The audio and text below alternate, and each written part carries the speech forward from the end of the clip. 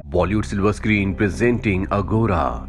इस कहानी की शुरुआत होती है 391 एडी से, जहां पर हमें एक शहर दिखाया जाता है जिसका नाम अलेक्जेंड्रिया है और ये रोमन एम्पायर का एक हिस्सा है जहां रोमन्स राज करते हैं। इस शहर में दो अलग अलग धर्मों के लोग रहते हैं, एक तरफ क्रिश्चियंस हैं और दूसरी तरफ ज्यूइश। इसी शहर में हाइपीशिया नाम की एक लड़की रहती है जो अलेक्जेंड्रिया के म्यूजियम के डायरेक्टर की बेटी है जिनका नाम थियोन है। हाइपीशिया प्लेटोनिक स्कूल में टीचर है जहां पर फ्यूचर के लीडर्स को एजुकेट किया जाता है, लेकिन वो अपनी जिंदगी में सिर्फ एक ही बात को जानना चाहती है कि पृथ्वी सूरज के किस ओर घूमती है, यानी कि अर्थ की पृथ्वी की दूरी क्या है। हाइपीशिया स्कूल में जब पढ़ा रही होती है तो वो अपने स्टूडेंट्स को विज्ञान की, नक्षत्रों की और फिलॉसफी की बातें सिखा रही होती है। यहाँ पर सभी स्टूडेंट्स उसे बहुत पसंद करते हैं क्योंकि वो अपने काम में, अपनी टीचिंग में बहुत ज्यादा एक्सपर्ट होती है।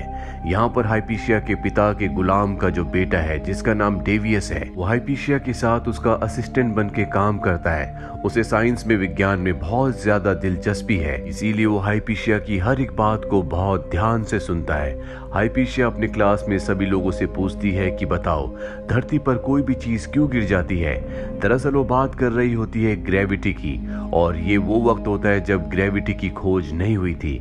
ग्रेविटी के बारे में किसी को कुछ नहीं पता था। डेवियस जो कि उसका असिस्टेंट है उसकी बात को बहुत ध्यान से सुनता है, साथ ही वो हाइपीशिया से प्यार भी करता है, लेकिन वो अपने प्यार का इजहार हाइपीशिया से नहीं कर सकता क्योंकि उसके पिता हाइपीशिया के पिता के गुलाम हैं। वहीं दूसरी तरफ हमें उस म्यूजियम को दिखाया जाता है जहां पर हाइपीशिया के पिता डायरेक्टर हैं। दरअसल ये ज्यूइश लोगों की बहुत ही पवित्र जगह है। यहाँ ज्यूइश लोगों को पेगन भी कहा जाता है और वो यहाँ पर अपने देवताओं के स्टैचूज को, विज्ञान की किताबों को और अपनी पवित्र किताबों को रखते हैं। अब क्योंकि यहाँ के जो डायरेक्टर हैं वो हाइपीशिया के पिता हैं, इसीलिए ज्यूइश लोग जो भी बड़ा फैसला लेते हैं वो हाइपीशिया के पिता थियोन की सहमति से ही लेते हैं। वहीं बाहर हमें एक क्रिश्चियन मॉन्क को दिखाया जाता है जो यहाँ पर पेगन यानी कि ज्यूइश लोगों के देवताओं को उल्टा सीधा कह रहा होता है। दरअसल क्रिश्चियन लोग हमेशा ज्यूइश लोगों के देवताओं का मजाक उड़ाते हैं और वो कहता है कि अगर मेरा देवता, मेरा भगवान सच्चा है तो मैं आग पर चलूंगा और मुझे कुछ भी नहीं होगा। और इसके बाद वो मॉन्क आग के ऊपर चलता है लेकिन उसे कुछ भी नहीं होता। दरअसल उसने इस तरह का आउटफिट पहना होता है जिस वजह से आग उसे जलाती नहीं है। सारे क्रिश्चियंस लोग उसकी वाहवाही करना शुरू कर देते हैं, जिसके बाद यहाँ पर ज्यूइश लोगों के प्रीस्ट को भी उस आग में धकेला जाता है, लेकिन वो जलना शुरू हो जाते हैं, पर उनके लोग उन्हें आकर बचा लेते हैं। हाइपीशिया के पिता थियोन भी क्रिश्चियन लोगों से नफरत करते हैं और एक दिन उन्हें अपने घर पर एक क्रॉस मिलता है जो कि एक गुलाम लड़की का होता है। इससे उन्हें बहुत गुस्सा आता है। इससे पहले कि वो उसे सजा देते, उनके गुलाम का बेटा डेविस जो कि हाइपीशिया का असिस्टेंट है, वो इल्जाम अपने ऊपर ले लेता है और कहता है कि ये क्रॉस मैंने रखा था। हाइपीशिया के पिता इससे बहुत गुस्सा हो जाते हैं और उसे कई कोड़े मारते हैं। हालांकि हाइपीशिया अपने पिता को रोकने की, समझाने की कोशिश करती है लेकिन वो उसकी बात नहीं सुनते। हाइपीशिया को पता होता है कि डेविस का ये क्रॉस नहीं है, इसीलिए रात को वो उसके कमरे में उसे मरहम लगाने के लिए जाती है, जहाँ पर वो देखती है कि उसके लेक्चर सुन सुनकर यहाँ पर डेविस ने एक मॉडल बनाया है जिसमें अर्थ के चारों तरफ 5 प्लैनेट्स घूम रहे होते हैं। ये वो वक्त होता है जब इंसानों को पता था कि इस दुनिया में सिर्फ 5 ही प्लैनेट हैं जो कि सूरज का नहीं बल्कि अर्थ का चक्कर लगाते हैं। हाइपीशिया डेविस से बहुत ज्यादा इंप्रेस हो जाती है। अगले दिन क्लास में वो उसके मॉडल को सभी को दिखाती है और डेविस से कहती है कि सबको इस बारे में बताओ। डेविस उसे डेमोन्स्ट्रेट करता है।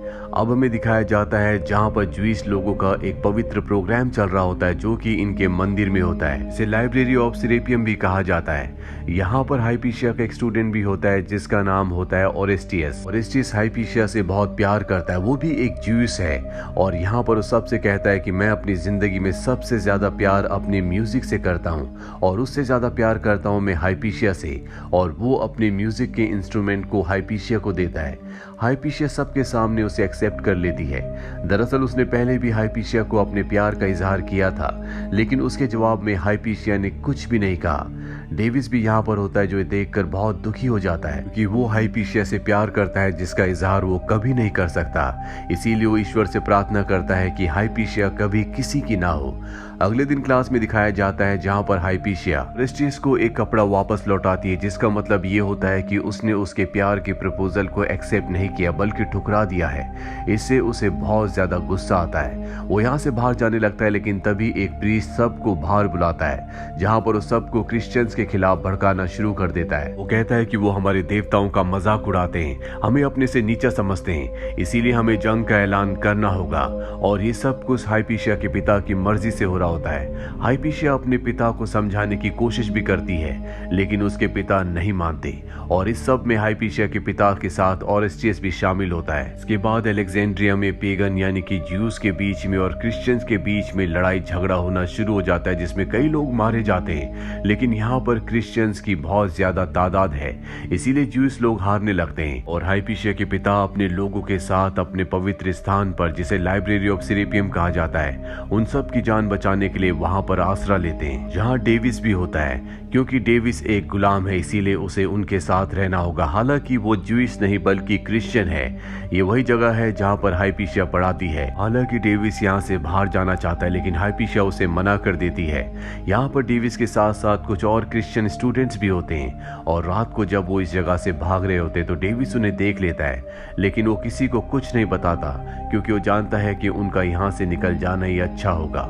कई महीने बीत जाते हैं, जिसके बाद इनका धीरे धीरे खाना खत्म होना शुरू हो जाता है, जिससे यहाँ पर सबको परेशानी टेंशन होना शुरू हो जाती है, क्योंकि यहाँ से ना तो कोई बाहर जा सकता है और ना ही बाहर से किसी को अंदर आने की इजाजत है। और एक रात को डेविस चुपचाप यहाँ से निकल जाता है। दरअसल अब ये पूरा का पूरा शहर एक तरह से दो अलग अलग हिस्सों में बढ़ चुका है, यानी कि दो अलग ग्रुप्स में, क्रिश्चियंस और ज्यूइश के। वहीं हमें हाइपीशिया को दिखाया जाता है जो उसी पवित्र जगह पर होती है जहां पर उसके सभी लोग उसके पिता के साथ फंसे हुए हैं। ऐसे माहौल में भी वो सिर्फ और सिर्फ विज्ञान के बारे में सोच रही होती है। वो सोचती है कि जब भी हम कोई चीज ऊपर फेंकते हैं या ऊपर से कोई भी चीज नीचे छोड़ी जाती है तो जमीन पर क्यों गिरती है, जबकि तारे आसमान में है, वो जमीन पर यानी कि धरती पर क्यों नहीं गिरते। और हाइपीशिया के मन में पहली बार ये बात आती है कि शायद सारे प्लैनेट्स और सूरज पृथ्वी के चारों तरफ नहीं घूमते, बल्कि जितने भी प्लैनेट्स हैं वो सब के सब सूरज के चारों तरफ चक्कर लगाते हैं। इसी तरह से यहाँ पर इन्हें कुछ और महीने बीत जाते हैं, जिसके बाद रोमन एम्परर्स इन सब को माफ कर देते हैं, कहते हैं कि तुम बाहर आ सकते हो। दरअसल उनकी नजरों में यही गुनहगार हैं, क्योंकि इन्होंने जंग का आगाज किया था और अब ये सब के सब वहां से बाहर आ जाते हैं, लेकिन इनकी किसी भी चीज पर इनका कोई अधिकार नहीं होगा। इसीलिए हाइपीशिया और उसके लोग यहाँ से अपनी जरूरी चीजों को और अपने ग्रंथों को लेकर निकल जाते हैं। जिसके बाद क्रिश्चियंस लोग इस जगह पर, जो इनकी पवित्र जगह है, वहां पर आते हैं, जिनमें डेविस भी होता है, और इनके देवताओं की मूर्तियों को तोड़ देते हैं। वहीं हाइपीशिया को दिखाया जाता है जो बहुत ज्यादा दुखी होती है क्योंकि उसके पिता की मृत्यु हो चुकी है। और तभी वहां पर डेविस आता है जो उसके साथ बदतमीजी करना शुरू कर देता है, क्योंकि बचपन से वो एक गुलाम था। लेकिन ऐसा करते करते अचानक से उसकी आंखों में आंसू आ जाते हैं। वो हाइपीशिया के सामने झुक जाता है क्योंकि वो हाइपीशिया से प्यार करता है। वो हाइपीशिया को अपनी तलवार देता और कहता है कि मुझे मार दो। हाइपीशिया उसकी तलवार से उसके गले में जो गुलामी का निशान होता है उसे काट देती है और कहती है कि तुम आजाद हो। इसी तरह से 2 साल बीत जाते हैं और अब ओरेस्टिस को दिखाया जाता है जो कि पहले एक ज्यूइश था, अब वो क्रिश्चियन बन चुका है, साथ ही उसका एक बड़ा पद है। और अलेक्जेंड्रिया में जहां पहले ज्यूइश का सम्मान किया जाता था, उनका एक ओहदा होता था, अब उनके ऊपर जुल्म किए जाते हैं। लेकिन इस बात से हाइपीशिया को कोई फर्क नहीं पड़ता, वो अब भी विज्ञान के बारे में सोच रही होती है। ओरेस्टिस एक बार उसे अपने साथ बोट पर ले जाता है, लेकिन यहाँ पर भी उसके दिमाग में सिर्फ और सिर्फ विज्ञान होता है। वो एक गुलाम को ऊपर चढ़ने के लिए कहती है और कहती है कि तुम्हें ऊपर से नीचे बैग फेंकना होगा। उसका मानना ये होता है कि बैग को आगे या पीछे गिरना चाहिए क्योंकि नाव चल रही है और जिस वक्त बैग हवा में होगा उस वक्त वो नाव आगे चलने की वजह से थोड़ा सा स्पॉट से पीछे गिरेगा।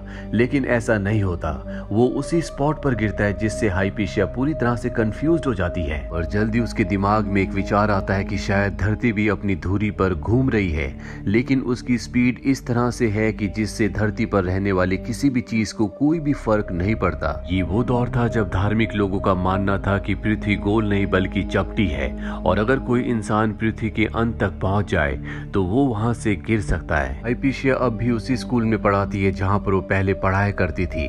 उसके दिमाग में कई सारे सवाल हैं। उसके दिमाग में एक और सवाल आता है कि पृथ्वी पर ठंड, गर्म और अलग अलग मौसम क्यों आते हैं, इसका क्या कारण है। वहाँ पर उसका एक सेवक भी होता है जो उसे बताता है कि शायद सूरज बड़ा या छोटा होता होगा, इसी वजह से मौसम बदलता है। जब सूरज बड़ा होता है तो धरती पर गर्मी होती है और जब वो छोटा होता है तो ठंड। लेकिन हाइपीशिया उसकी बात से सहमत नहीं होती। वहीं ज्यूइश लोग जो क्रिश्चियन लोगों के जुल्म और सितम से परेशान है, वो उनके ऊपर हमला कर देते हैं, जिसके बाद क्रिश्चियंस लोग एक बार फिर से उन्हें बहुत बुरी तरह से मारना शुरू कर देते हैं। हाइपीशिया ओरेस्टियस के पास जाती है और कहती है कि क्रिश्चियंस लोगों को ऐसा करने से मना करो, मैं अपने लोगों को समझाऊंगी। लेकिन ओरेस्टियस जो कि खुद भी पहले ज्यूइश था, जो अब क्रिश्चियन बन चुका है, वो उसकी मदद करने से मना कर देता है। डेविस भी उन लोगों में शामिल होता है जो ज्यूइश लोगों को मार रहे होते हैं, पर अब उसे एहसास हो चुका है कि वो गलत कर रहा है। मासूम लोगों का, मासूम बच्चों और औरतों का इसमें कोई भी गुनाह नहीं है। सब कुछ जब ठीक हो जाता है तो ज्यूस लोग क्रिश्चियन लोगों के लीडर्स के पास जाते हैं और कहते हैं कि हम अपने पवित्र स्थान यानी कि लाइब्रेरी ऑफ सिरेपियम में वापस जाना चाहते हैं। वो कहते हैं कि तुम जा सकते हो, लेकिन तुम सबको क्रिश्चियनिटी को अपनाना होगा। हाइपीशिया भी यहाँ पर होती है, जिसे ये बात बिल्कुल अच्छी नहीं लगती और वो उसका विरोध करती है, उसे उल्टा सीधा बोलना शुरू कर देती है, जिससे लीडर बहुत गुस्सा हो जाते हैं। वो भी उसे उल्टा सीधा कहते हैं। साथ ही वो यहाँ पर नए रूल्स बनाते हैं कि सभा में किस तरह से औरतों को रहना चाहिए। साथ ही वो हाइपीशिया को कहते हैं कि वो एक वैज्ञानिक नहीं है, बल्कि वो एक विच है। ये धरती पूरी तरह से चपटी है, लेकिन वो अपनी अलग अलग तरह की साइंस लोगों को बताती है, जो कि पूरी तरह से गलत है। इस तरह के इंसान को जीने का कोई भी हक नहीं है। यहाँ पर ओरेस्टियस भी होता है। ये सब कुछ देखकर सुनकर उसकी आंखों में आंसू आ जाते हैं। अगले दिन की सभा में सबको बाइबल के सामने झुकने के लिए कहा जाता है, लेकिन ओरेस्टियस ऐसा करने से मना कर देता। वो बाइबल के सामने नहीं झुकता और वहां से चला जाता है। सब उसे एक ढोंगी क्रिश्चियन कहते हैं। यहाँ पर वो मॉन्क जो शुरू में आग के ऊपर चला था, वो उसके सिर पर पत्थर से प्रहार करता, उसे बुरी तरह से जख्मी कर देता है। ज्यूस लोग ये देखकर पूरी तरह से भड़क जाते हैं और उस मॉन्क को मार देते हैं, जिसके बाद ज्यूस लोगों के बीच में और क्रिश्चियंस के बीच में घमासान युद्ध शुरू हो जाता है। और अब जो क्रिश्चियंस के लीडर्स हैं वो हाइपीशिया को और ओरेस्टियस को मारना चाहते हैं। ओरेस्टियस का एक दोस्त जो उसी के साथ स्कूल में पढ़ा करता था, जो बचपन से क्रिश्चियन है, वो उसे समझाता और बताता है कि धर्म में और प्यार में हमेशा धर्म की जीत होती है, तुम्हें झुकना होगा, नहीं तो वो लोग तुम्हें मार देंगे। ओरेस्टियस की आंखों में आंसू आ जाते हैं और वो उनकी बाइबल के यानी कि क्रिश्चियनिटी के सामने झुक जाता है। हिपेशिया ने ऐसा नहीं किया होता, इसीलिए अब वो हिपेशिया को मारना चाहते हैं। वही हिपेशिया जो अभी जान चुकी है कि धरती सूरज के यानी कि सन के चक्कर लगाती है, बाकी सन और दूसरे प्लैनेट्स धरती के चक्कर लगाते हैं, पर अब वो ये जानने की कोशिश कर रही होती है कि धरती सन के चक्कर किस तरह से लगाती है। क्या वो सर्कुलर मोशन में लगाती है या उसका चक्कर लगाने का जो मोशन है वो कोई और है। हिपेशिया को लगता है कि वो इलिप्स शेप में सन का चक्कर लगाती है, तभी धरती पर अलग अलग मौसम आते हैं, लेकिन वो इस थ्योरी पर अभी कंफर्म नहीं होती। तभी वहां पर ओरेस्टियस आता और उसे बताता है कि तुम्हें मारने की तैयारी की जा रही है, तुम्हें क्रिश्चियनिटी को अपनाना होगा, पर वो साफ साफ मना कर देती है। हालांकि डेविस भी उसे बचाना चाहता है, लेकिन अब उसे पकड़ लिया जाता है और उसे मारते पीटते जलील करते हुए लाइब्रेरी तक लाया जाता है। ये सब लोग उसे मारना चाहते हैं, लेकिन इनके पास तलवार नहीं है, इसीलिए बाहर पत्थर लेने के लिए जाते हैं। डेविस को देखकर बहुत दुख होता है और वो उसे इस तरह की मौत मरते हुए नहीं देखना चाहता, इसीलिए वो खुद उसे आसान मौत देकर मार देता है। और जब वो अपनी जिंदगी की आखिरी सांसें ले रही होती है, तभी वो ऊपर छत की तरफ देखती है, जहां पर इलिप्स शेप का एक गोलाकार होता है, जिससे उसे अपनी थ्योरी पर पूरी तरह से कॉन्फिडेंस हो जाता है कि पृथ्वी इलिप्स शेप में ही सूर्य के चारों तरफ घूमती है, जिस वजह से अलग अलग मौसम पृथ्वी पर आते हैं। और अब अपनी जिंदगी के आखिरी वक्त में उसने अपने सवालों के जवाब को पा लिया और इसके बाद उसकी मृत्यु हो जाती है। अब यहाँ पर वो सब लोग भी आ जाते हैं जो पत्थर लेने के लिए गए थे। डेविस उनसे कहता है कि ये बेहोश हो गई है, जिसके बाद सब के सब उसे पत्थर मारते हैं। उसके शरीर को गलियों में घसीटा जाता, उसे जला दिया जाता है और इतिहास से उसके नाम को हमेशा के लिए मिटा दिया जाता है। हाइपीशिया की बात पर किसी ने विश्वास नहीं किया, पर ठीक 1200 सालों बाद जोहानस केपलर, जो कि एक वैज्ञानिक थे, उन्होंने दुनिया को बताया कि अर्थ इलिप्टिक ऑर्बिट में सन के चारों तरफ घूमती है और यही बात थी जो हाइपीशिया ने सबको बताई थी।